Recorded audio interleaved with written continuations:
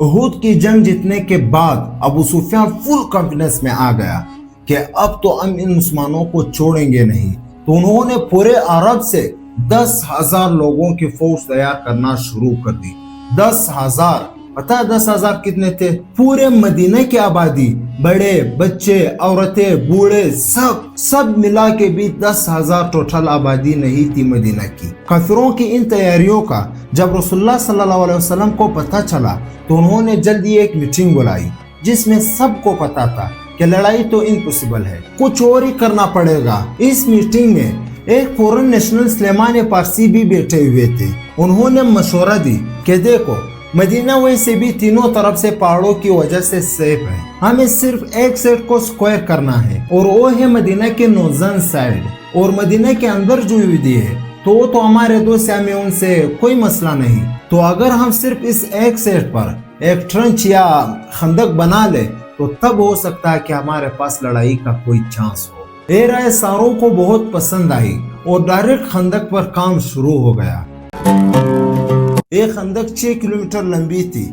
इसका अंदाजा आप यूं लगा सकता है कि अगर कोई शख्स मुसलसल 1 घंटा तेजी से चलता रहे तो वो तकरीबन 6 किलोमीटर का फैसला तय करेगा। खंदक खोदने के दौरान एक बहुत बड़ा पत्थर बहुत कोशिश के बाद भी टूट ही नहीं रहा।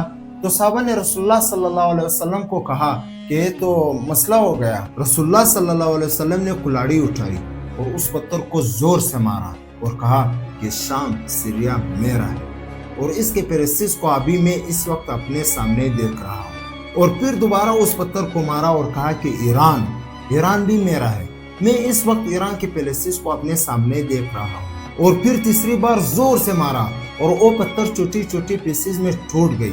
और रसूलुल्लाह सल्लल्लाहु अलैहि वसल्लम ने फरमाया कि यमन की पेरिसिस की चाबियां मेरे हाथ में दी गई। वहाँ खड़े सारे साहबी हैरान हुए क्योंकि उन्होंने अपने सामने एक मुजजा देखा। लेकिन ईरान, शाम, यमन ये तो सुपर पावर्स है, एक कैसे हमें मिलेगी?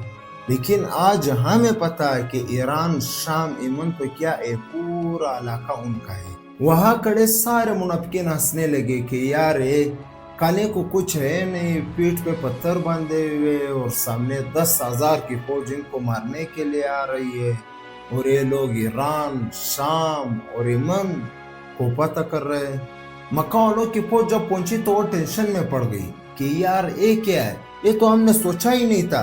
अगर वो लोग अचानक हमला करते तो वो यकीनन मुसलमानों को खत्म कर सकते थे क्योंकि उनकी फौज मुसलमानों की कुल आबादी से भी ज्यादा थी। दोनों फौजें जब सामने आए तो दूर से एक दूसरे को देखने लगे। मुसलमान भी रिलैक्स बैठे हुए थे क्योंकि उन्हें कोई टेंशन ही नहीं था। अगर कोई उनके फौज से सामने आता तो मुसलमानों को तीरों से मार देता। काफी दिन यही सिस्टम चलता रहा और आखिर काफिरों के एक ग्रुप को गुस्सा आया और उन्होंने किसी तरीके से उस ट्रेंच को क्रॉस करके अंदर घुस गए। और इस ग्रुप में अबू जहल का वही बेटा इकरामा भी था। लेकिन हजरत अली ने जाके उनके लीडर को मार दिया और वो सारे भाग गए। ऐसा लग रहा था कि क्लियरली मक्का वाले जंग हार रहे। लेकिन यहाँ अबू सुफियान ने एक बहुत जबरदस्त गेम खेला कि मदीना के अंदर तो हम नहीं घुसे, लेकिन मदीना के अंदर जो यहूदी है उनको मुसलमान कभी अच्छे नहीं लगते। उनको अगर हम किसी तरह राजी करें और वो मुसलमानों के घरों में उनके औरतों और बच्चों पर हमला करें तो मुसलमानों को जरूर पीछे हटना पड़ेगा और हम उन पर हमला करेंगे। और यहूदियों ने डायरेक्ट हाँ कर दी और सारे वादे जो मुसलमानों के साथ किए थे तोड़ दिए। एक बार फिर मुसलमान उहुद की तरह दो फौजों के दरमियान फंस गए और यहूदियों ने आहिस्ता आहिस्ता मदीना के अंदर साहबा के घरों में लुटमार शुरू कर दी। मुसलमान अब इस टेंशन में पड़ गए कि वो अपने घरों में अपने औरतों और बच्चों को बचाए या मक्का वालों की फौज से इधर लड़े। नबी करीम सल्लल्लाहु अलैहि वसल्लम ने इस सूरत-ए-हाल से निकलने के लिए एक फैसला किया कि कुफार के एक ग्रुप से मुआहिदा किया जाए और मदीना के अंदर हर साल जो भी फसल उगती है उनका 1/3 हिस्सा उन्हें दे दिया जाए। लेकिन साहबा ने कहा कि अगर ये अल्लाह की तरफ से है तो ठीक है, लेकिन अगर आप हमारे बच्चों को बचाने के लिए इतनी बड़ी कुर्बानी दे रहे तो ऐसा ना करें, हम आखिरी दम तक लड़ेंगे।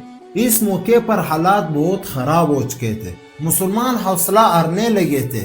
लेकिन ऐन उस वक्त कहानी में एक मोड़ आता है और सिर्फ एक शख्स पूरे बाजी पलट लेता है। काफिरों के फौज से एक शख्स आप सल्लल्लाहु अलैहि वसल्लम के पास तशरीफ लाए और कहा कि मैं इस्लाम कबूल कर चुका हूँ, लेकिन एक बात किसी को पता नहीं, मैं आपकी मदद करना चाहता हूँ, बताइए मैं आपके लिए क्या कर सकता हूँ। नबी करीम सल्लल्लाहु अलैहि वसल्लम ने फरमाया कि तुम जो कर सकते हो कर लो, हम इस वक्त बहुत मुश्किल में हैं। वो शख्स सीधा यहूदियों के पास गया और उन्हें कहा कि मक्का वाले धोखेबाज है, पर उनके साथ मत दो, अगर उन्हें अपनी जीत पर थोड़ी सी भी शुबा हुआ तो वो लोग तुम्हें छोड़कर भाग जाएंगे और फिर मुसलमान तुम्हें नहीं छोड़ेंगे।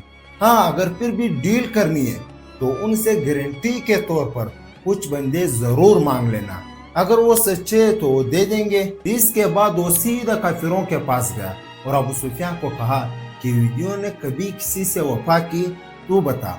यहूदी और मुसलमान आपस में मिले हुए हैं। अगले दिन मक्का वालों ने यहूदियों से कहा कि बस हम हमला कर रहे हैं, तुम भी हमला करो और मुसलमानों को हमेशा के लिए खत्म करेंगे। खत्म, बाय बाय, टाटा। यहूदियों ने कहा बिल्कुल हमला हम करेंगे, लेकिन आप हमें कुछ बंदे तो गारंटी के तौर पर दे दो। मक्का वालों ने यहूदियों की बात नहीं मानी। यहूदियों को जब पता चला कि उन्होंने कोई भी बंदा हवाला नहीं किया, उन्होंने भी कहा कि हमारे साथ धोखा कर रहे हैं और इस तरह यहूदियों और मक्का वालों की अलायंस टूट गई और मुसलमान दोबारा गेम में वापस आ गए, क्योंकि अब उनका दुश्मन सिर्फ उनके सामने खड़ा था और मदीना के अंदर से सारे खतरे खत्म हो गए। एक महीने तक खंदक के अतराफ रहने से मक्का वालों की हिम्मत जवाब दे चुकी थी और उनके हौसले पस्त हो चुकी थी। तब एक रोज शदीद सराई तूफान आया और मक्का वालों की तमाम खेमे, जंगी साज सामान, बिस्तर उखाड़ कर ले गए और मक्का वाले इस तूफान की वजह से वापस भाग गए। जब काफिर चले गए तो मुसलमानों ने फौरन यहूदियों से राबिता बहाल किए। रसूलुल्लाह सल्लल्लाहु अलैहि वसल्लम जब मदीना हिजरत करके आए थे तो उन्होंने यहूदियों के साथ एक मुआहिदा किया था कि यहूदी अपने कानून से रहेंगे और मुसलमान अपने कानून से, और यहूदियों के कानून ने ऐसी गद्दारी की जो उसने की थी, सिर्फ एक ही सजा थी कि सारों के सर काटे। यहूदियों के लीडर ने अपने लोगों को मशवरा दिया कि हम ऐसे करेंगे कि अपने औरतों और बच्चों को खुद कत्ल करेंगे और फिर मुसलमानों से आखिरी दम तक लड़ेंगे, लेकिन किसी ने भी इसकी बात नहीं मानी। रसूलुल्लाह सल्लल्लाहु अलैहि वसल्लम ने साद बिन मुआद को फैसला करने का हुक्म दिया। साद बिन मुआद ने फैसला किया कि उनके औरतों और बच्चों को रहने दिया जाए और उनके मर्दों का सर काट दिया जाए। यहूदियों के कानून के हिसाब से ये एक कम दर्जे की सजा उन्हें दी गई। इसके बाद पूरे अरब को समझ आ गया कि मुसलमानों के साथ अब और कुछ नहीं हो सकता और मुसलमान पहली बार एक फ्री और स्ट्रॉन्ग कंट्री बनने लगे और मोहम्मद सल्लल्लाहु अलैहि वसल्लम एक स्ट्रॉन्ग बादशाह